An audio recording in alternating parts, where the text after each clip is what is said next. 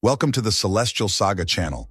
Imagine this: a space smuggler, two skeptical reptiles, and one of the most dangerous planets in the galaxy, Earth. Can they survive among its unpredictable wonders and threats? Today we are going to tell you about the adventure that will change their perception of humanity forever. Just put it on autopilot. I need oxygen, Ethan wheezed, pressing his hand over the small cut in the thigh of his suit.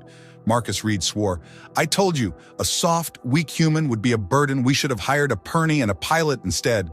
"Silence your complaints, scaleless," Theo shot back. "Ethan's flown me through more tight spots than any pernie could." The two Illyrian brothers, covered in thick blue scales, were about 3 meters tall and stood on reverse-jointed legs.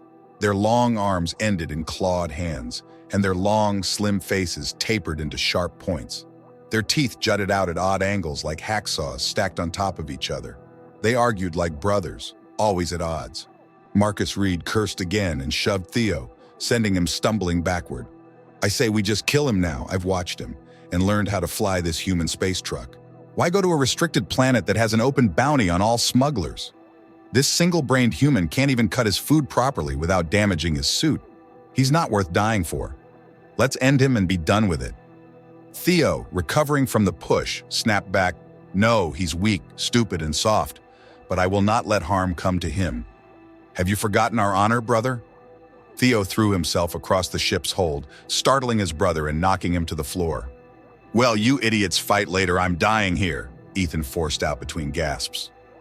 Ignoring him, the two giant reptiles continued wrestling on the floor. Shaking his head, Ethan dragged himself across the floor into the pilot's chair. He punched a few buttons in rapid succession, and an automated voice chimed through the cabin. "Autopilot engage destination Earth. Destination designation. Deadly pulsing sublight engines in 3, 2, 1. Pulse." Both Illyrians were thrown off their feet by the pulse and slammed into the rear wall, knocking the wind from them and halting their scuffle. After a moment, they exchanged a tense glance. Theo spoke first. "Ethan, wake up. I've never heard of Earth." "Your ship said it's deadly. It's my homeworld," Ethan forced out. "Earth? It's not that bad, is it?" Theo asked, concerned. He moved toward the pilot and saw Ethan gently breathing. His eyes closed. The lack of oxygen had knocked him unconscious. Before Theo could act, the ship lurched as it exited sublight speeds. Both brothers stumbled slightly but regained their footing and turned toward the viewport. They saw a blue and green planet rapidly growing in size. The autopilot subroutines had routed the vessel into an atmospheric entry pattern. The ship's computer spoke again. "Thermal shielding deployed, dimming viewport 65% to shield occupants from aerodynamic heating flares. V-impact in 5, 4, 3, 2, 1, impact." As the ship lurched hard, shaking violently, neither of the Illyrians was properly braced, and they were sent sprawling on the floor. Theo struggled to pull himself up, trying to get a better view through a window. Despite the tint, the light burned his sensitive eyes. Stumbling back to the floor, he cursed, "Brother, what kind of cursed planet do the humans come from? We've never had a landing this rough, even without a pilot." Jasper, always skeptical, pulled himself up to look through the window. He too saw nothing but fire and quickly fell back, rubbing at his eyes. "I told you, Scar Brain," Theo chuckled, seeing his brother repeat the same mistake. Theo pulled himself up and moved to check on Ethan. The human was still lightly inhaling and exhaling, his facial hair ruffling as the suit tried to send more oxygen to him. His eyes rolled beneath the lids, and his bald head was beginning to turn pale. Theo looked at the console and saw that Ethan had plotted a course to somewhere called Ontario, Canada. The autopilot had marked a landing spot, and the countdown timer was ticking down. Theo didn't trust the ship's autopilot, but it was all they had. Neither he nor his brother knew how to fly the ship. They had ended up with Ethan after their previous crew was wiped out. Ethan had been delivering to the same moon and picked them up afterward. Jasper hated feeling in debt to a human he thought was weak. But Theo felt obligated to protect Ethan despite his weaknesses. Since then, they had been a crew. Ethan piloting the ship and providing the atmosphere while the brothers provided the muscle. The ship finally stopped shaking. Theo looked up to see the viewport's tint fade, revealing a vast tundra stretching out around them. Ice and snow glittered on dark rocks in all directions. The ship slowed its descent, beginning to level out for landing. "Brother, pull yourself off the floor and come look," Theo shouted, genuinely surprised by the appearance of the human world. Jasper stopped rubbing his eyes, blinking a few times as he adjusted to the surroundings, satisfied he was no longer blind. He pushed himself up and moved forward to see what had excited his brother. "Ah, pretty plain to me. It's just ice, snow, and rocks." "Like that's uncommon," Jasper said, unimpressed before they could bicker again. The ship's computer chimed a few notes, then said, "Touchdown in 3, 2, 1. The ship bounced once upon touching down, and the landing gears took the weight of the vessel. Theo quickly undid the restraints holding their unconscious pilot in place and lifted Ethan as gently as he could. The hatch. "Please open it, brother," he asked politely. Jasper didn't move.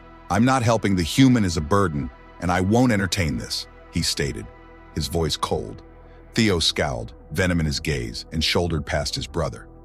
He gently placed Ethan over his shoulder and strapped on his rebreathing apparatus.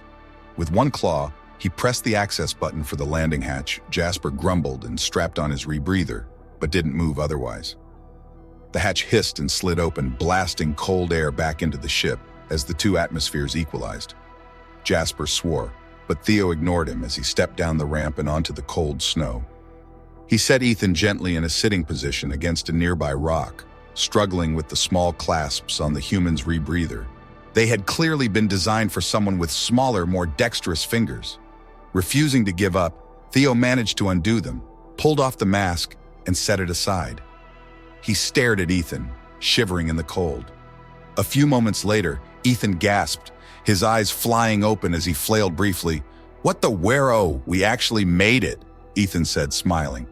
He closed his eyes again and leaned back against the rock. Theo opened his mouth slightly, relieved to see Ethan was okay, and let him rest in silence. "Home been a while since I've had real air," Ethan said, breathing deeply. "That's good. All right, let's get out of here before the cops start showing up. They'll have questions I don't want to answer," Ethan declared, grabbing a discarded mask and standing up from the rock. "I need to swap into a fresh suit and refill my O2 tanks. That was sloppy of me to run out. But someone didn't tell me we were going the long way until after we left." Ethan yelled the last part loud enough for Jasper to hear from where he was sulking in the ship's hold. "I'm sorry for my brother. Shut it. He's a dick, but he's useful. And eventually, he'll come around. I mean, come on, who could resist all this?" Ethan said with a sly smile. While striking a pose, he held it for a moment before they both laughed and started up the ramp. Ethan changed into a new suit, one without the cut in the thigh, and stuffed the damaged one into a storage locker to be repaired later. Then he hurriedly kicked on the atmosphere compressor unit and swapped through all the oxygen storage tanks, making sure they were topped off. Just as he finished and shut the compressor off, Jasper, who had been lurking in the corner shivering, growled, "Can we close the door already? I don't understand how you humans come from such a cold place and have so little fur and such soft, thin skin." Ethan slotted the last canister into its rack and made sure the straps were secure. "Yeah, we should be fine to close the hatch and get your atmosphere back in here. Some places are cold, other spots are really hot and dry, some are in between." Theo hit the hatch panel and it slid closed. The sound of the vents began working, sucking out the cold human atmosphere and pumping in the warm methane alien replacement. The brothers shook themselves one last time and pulled off their masks. "What do you mean your whole planet isn't the same?" Theo asked, curious. "Is yours all the same?" Ethan responded as if the question was silly. "Most planets have only one biome. Some rare ones have two. You make it sound like yours has more," Theo said matter-of-factly. "Now who's the scar brain?" Ethan replied with a grin. "You believe this? He's clearly lying." Jasper gloated. "Well, I haven't been to many other planets, but Earth here has it all. Deserts, oceans, rainforests, mountains of all kinds, volcanoes, and even colder places than here," Ethan stated.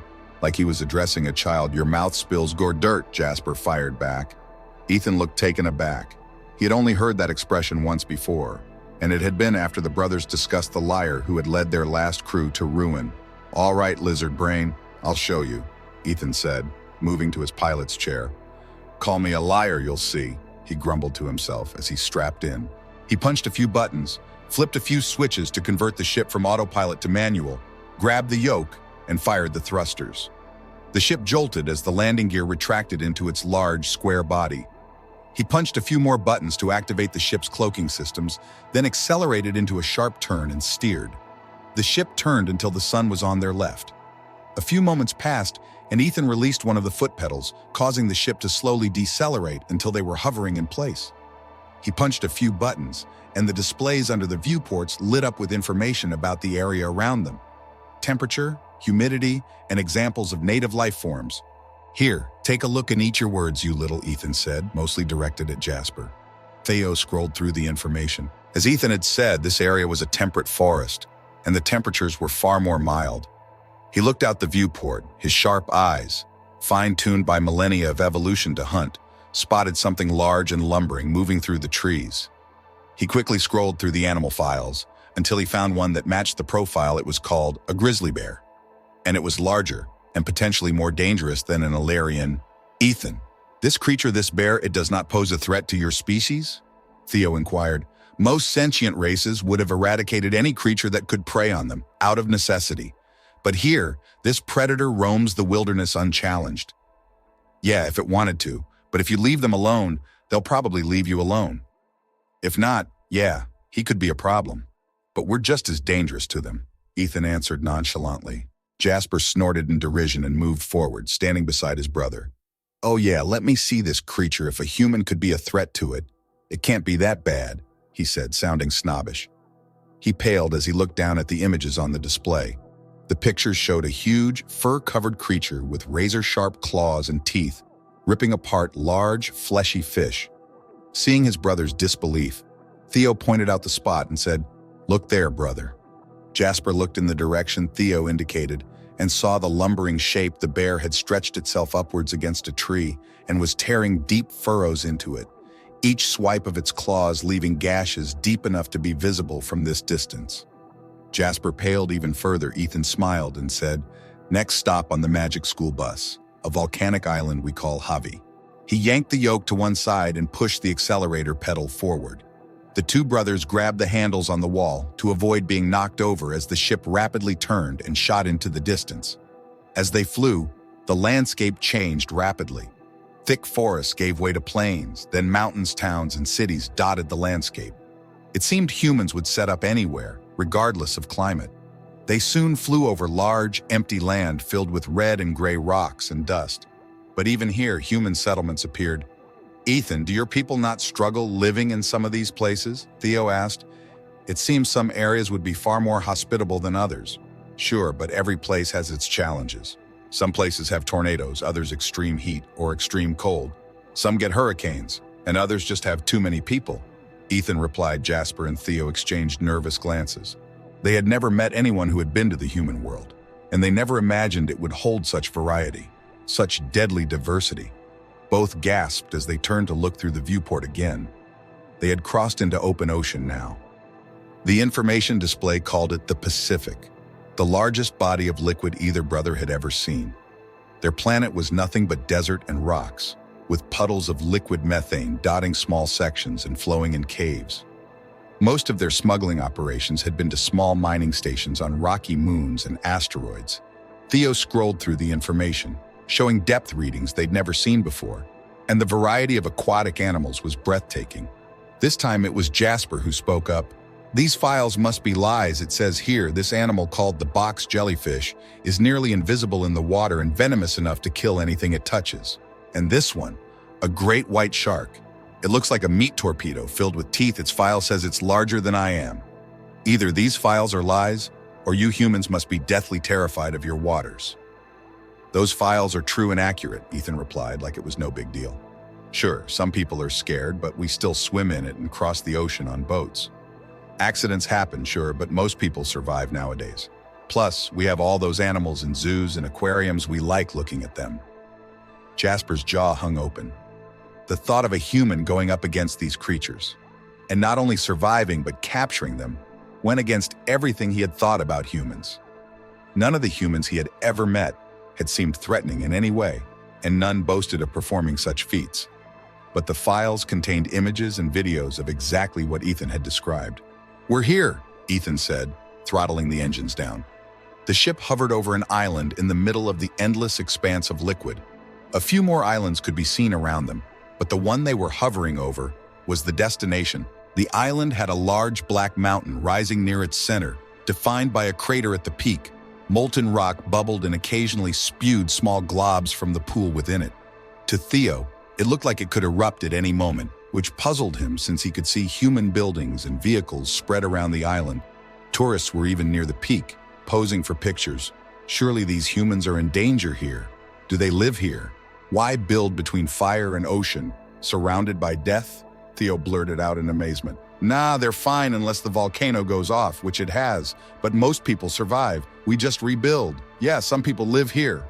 Why not build here? It's fun and the ocean's nice, Ethan said with a shrug. Jasper shook his head. Either your species is insane or you're all a lot tougher than I thought. Ethan pursed his lips thoughtfully, then laughed. Both. Yeah, it's both. That gives me an idea. Let's head down under to good old Australia. If you thought what you've seen so far was wild, buckle up, we're making a couple of stops on the way. He pushed the accelerator pedal down again, and the two Illyrian smugglers had to grip the safety handles on the walls to keep their footing. They sped over more open water, passing small islands along the way. As they did, the display populated with information on small groups of humans living on these islands, somehow surviving on such small, isolated sandbars. Look, brother, humans even live in these barren places. They must be worth more respect than you've shown them, Theo said, boxing his brother's shoulder. Jasper grumbled but didn't respond. Still flying over the Pacific, the brothers scrolled through more files about the oceans. After a moment, they both paused at the same set of files documenting humanity's trips into the crushing depths of the ocean. Information about the abyss scrolled past, blowing them away. The pressures at those depths were beyond what any discovered species had dared to explore. Yet, humans seemed to do so regularly, sometimes for tourist trips, sometimes in vessels called submarines, and sometimes even in flimsy suits with oxygen tanks strapped to their backs. Theo's jaw hung open. Jasper looked angry. He'd never liked being proven wrong, and his opinions on humans were being invalidated at every turn. Seeing the look on his brother's face, Theo spoke up to cut him off. Do your humans just build and go wherever they want, regardless of the danger? How can they survive these deep scuba dives? Your bodies aren't made to withstand pressure like that, and the suits don't seem structurally sound. Basically, yeah, sometimes just to prove we can. We like showing off our resilience. It's empowering. As for scuba diving, as long as we go really slow and careful, it's fine. Our bodies adjust on the way down. The real danger starts when we move faster than our bodies can adapt, Ethan explained. Jasper swore again. He had found the files on what humans called decompression sickness, or the bends, and the information confirmed exactly what Ethan had said. Theo turned back to the console, searching the index, and stumbled across an article about massive creatures called whales. He read through it, shocked to learn about such enormous animals in the human world.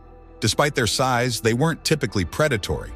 However, according to the files, their size had made them a target for humans.